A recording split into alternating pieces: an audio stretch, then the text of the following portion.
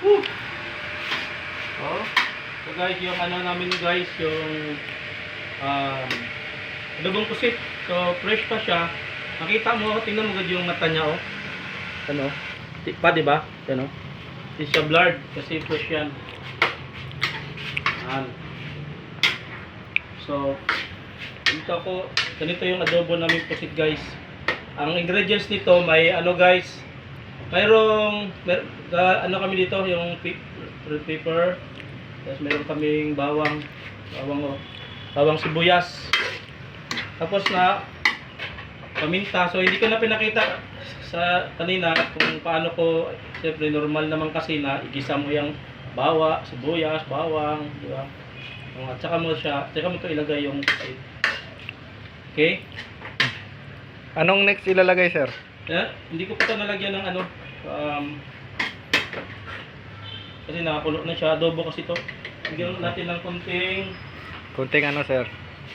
ito oyster sauce. Oyster sauce. Ano yung mga ano yan, ganyan ka, kunti lang oyster sauce lagyan Yan, no? natin. Pampasarap. Oyster sauce. Okay. Yan. Tapos yung bitsin natin Diyos, ito Yan. lagay ako ng kunting bitsin, Tsaka toyo. kunting bitsin lang.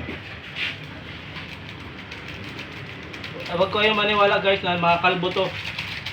Walang scientific explanation dyan.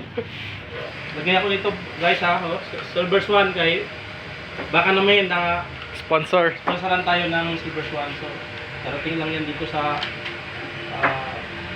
sila natin. Ilagay tayo ng konting-konti lang. Konti lang.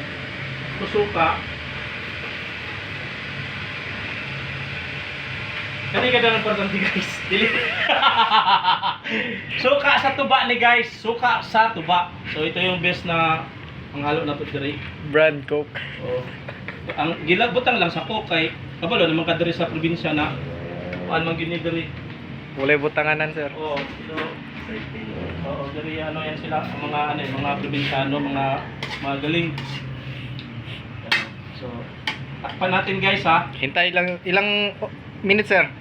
Hintay tayo na mga 1 minute lang. Pero actually, pag gusto mo talagang ano to, ito kasi pusit. Yan oh, mas masarap kasi ito pag medyo ano, palaputin mo siya. Tingnan mo gudos, masabaw pa siya.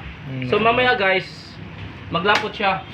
So ganito ako mag-adobo, hindi ako ganito. Yung iba kasi yung mga ganitong ano, ginahaon na nila kasi daw para daw malambot daw. Hindi naman. Iba yung technique mo, sir. Iba yung ano ko kasi dito pag lumapot na yung sabaw, Okay na yan. sabihin, good, pwede na siya i-serve. Sa mga ganito, sa iba Hindi pa. na-serve na nila. So diskarte nila yan. So sa akin naman, hindi ko siya i-serve to hangga't pag hindi pumatis na lapot siya na ganyan. Pag lapot na siya na ganun, mulapot na siya, malaman mo na pag ganyan mo no. Goods na yun. Okay guys, so ganyan na yung diskarte ko guys eh. Takpan natin. Sir. Okay.